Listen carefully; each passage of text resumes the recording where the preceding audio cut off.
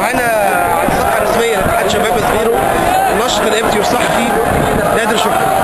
اولا وجودك معانا يا نادر مش كانش النهارده، وجودك معانا من اول يوم في الاعتصام، بس ايه رايك في الوضع الحالي للقباط جوه الاعتصام؟ وايه مطالبتهم بالظبط او مطالبهم بالظبط؟ هو طبعا يعني انا بعتبر انه اعتصام القباط هو جزء من الاعتصام للدوله المصريه، لان القباط هو جزء لا يتجزأ من الدوله المصريه، واللي بيحصل لهم دلوقتي هو انهيار للدوله بشكل كامل. فانا بعتبر طبعا اعتصامهم هو حق مشروع ليهم، ما دام انه مطالبهم او حقوقهم الدستوريه والقانونيه والحقوقيه لم تتحقق، رغم انه كان سبق ليهم الاعتصام من قبل وخدوا جزء كبير من الوعود التي لم تنفذ حتى الان، ومنها وافضل شيء محاسبه الجناه في الاحداث الطائفيه السابقه والمحرضين اللي ما زالوا بيبرحوا على شاشات الفضائيات والمواقع يبثوا سمومهم، اللي كانت سبب من الاسباب الاساسيه اللي حصلت في احداث امبابه، ولحد دلوقتي ما زال التهديدات المستمره للكنائس في مناطق مختلفه. ووصل اليوم ان احنا نشوف الكنائس محاطه بقوات جيش وقوات شرطه، شيء طبعا مؤسف جدا. وانا شايف انه القباط تحول سلوكهم، وده شيء تحول ايجابي كنا بنطالب فيه من فترات طويله، ان هم يخرجوا من اسوار الكنائس للمناطق العامه ويطالبوا حق من الحكومه المصريه. طيب المطالب الإقليمية لو اتاخد بيها وعود، هل القباط هنا هيكونوا اعتصامهم؟ انا شايف انه القباط شبه القباط ما اعتقدش ولا بنطالب ان هو يكون في اعتصامهم غير لما يشوفوا جزء من الردود الافعال اللي تؤكد ان هناك اعاده ثقه ما بين المواطنين المصريين القباط وما بين الحكومه او الجهات الرسميه. فاقل شيء انه يكون في اجراءات فعاله، وهناك في اجراءات سريعه على المدى القصير وفي خطوات طبعا على المدى الطويل. بس على الاقل دلوقتي ان اهم شيء ان انا على الاقل ان انا اقبض على المحرضين، على الجناه، ابدا اعمل عمليه كمان فتح للكنائس المغلقه، ابدا اشوف الناس المعتقلين من شباب مسبيرو والمطالب الاخرى طلبنا بيها. عندنا اشكالات في كنيسه مغاغه، ابدا انفذ.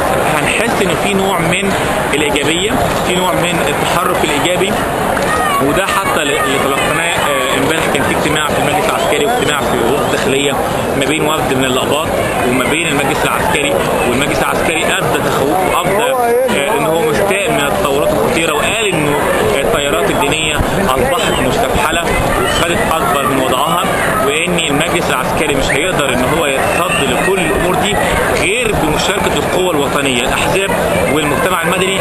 فده فعلا احنا ما نقدرش نحمل كل الامور على الدوله، لكن لازم كل المجتمع ان هو يتحرك. فاعتقد ان الاعتصام هيفضل موجود لحد ما نبدا نشوف خطوات فعليه لاجراءات على الاقل القبض على الجناه. بما انك راجل صحفي وليك خبره في الاعلام، ايه رايك في المعامله الاعلاميه للوضع اللي احنا فيه دلوقتي في الاعتصام؟ بدأ من يوم الاحد لحد النهارده، ردود الافعال لدى الاعلام من ما بين مزيف وشفافي في اعلامه، ايه رايك في ردود الافعال لدى الاعلام المصري او الاعلام العام؟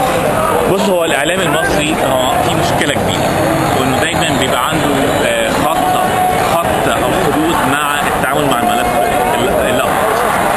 والحقيقه انه حتى ما عجبنيش في تخطيطه لاحداث امبابه، انه بدا يركز على يا ترى الأقباط هم اللي ضربوا ولا لا، وبدا يركز على فكره البنت انها محتجزه داخل الكنيسه، وساب قضيه اكبر من كده، ان هناك عمليات كانت منظمه لاستهداف منازل الأقباط وكنائس الأقباط.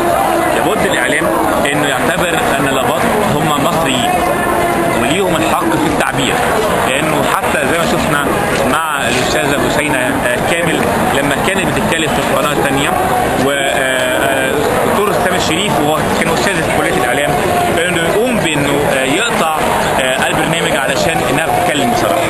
ودايما بنخاف، الاعلام كله بيخاف انه الناس تتكلم بصراحه، ودايما حتى يجيب الاشخاص اللي هم لا يحسبوا على اللقطات، ودايما معروفين ان هم مين الشخصيات دي اللي بتتكلم، وهناك جزء عام من مشكله المصريين وجزء من مشكله الدوله، الكلام اللي احنا حفظناه.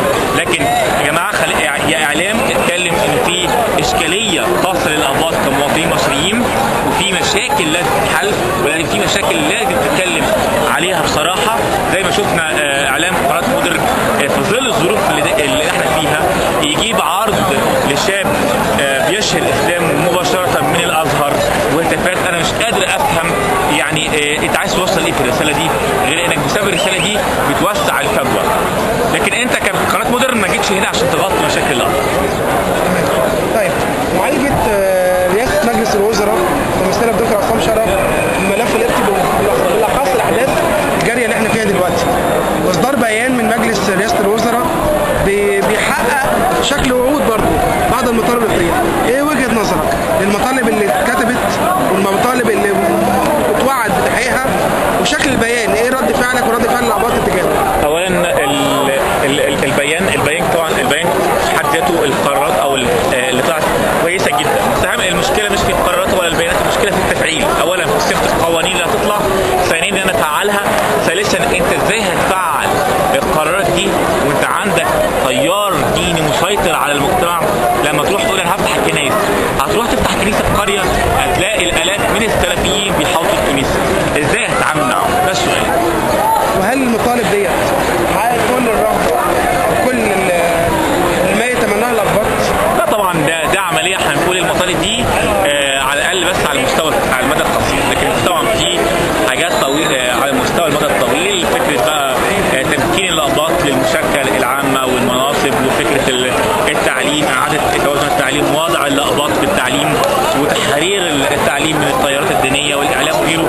ده على المستوى طبعا في المجالس البرلمانيه ورئاسه وفي طبعا في الوزاره وغيره، ده هنحتاجه على المدى الطويل. لكن خلينا نتكلم على المنطقه الاخطر دلوقتي، هي فكره التيار الديني اللي هو انا اخشى ان الدوله تكون الظهر ان الامر عدى من ايديها وانها غير قادره على السيطره عليه وتبقى كارثه. طب في النهايه رسالتك ايه للاعلام؟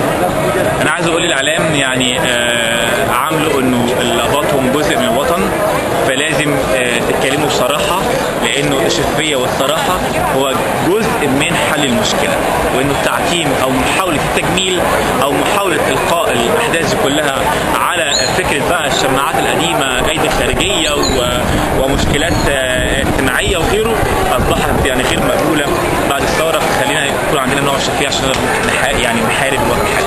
نشكر نادر شكري الناشط الابتي والصحفي، وندعو كل الاقباط وكل المصريين للانضمام لينا في اعتصام مسبيرو لتاكيد الحقوق الابتيه المشروعه، وكل المصريين ان هم يأيدوا هذه الحقوق. شكرا.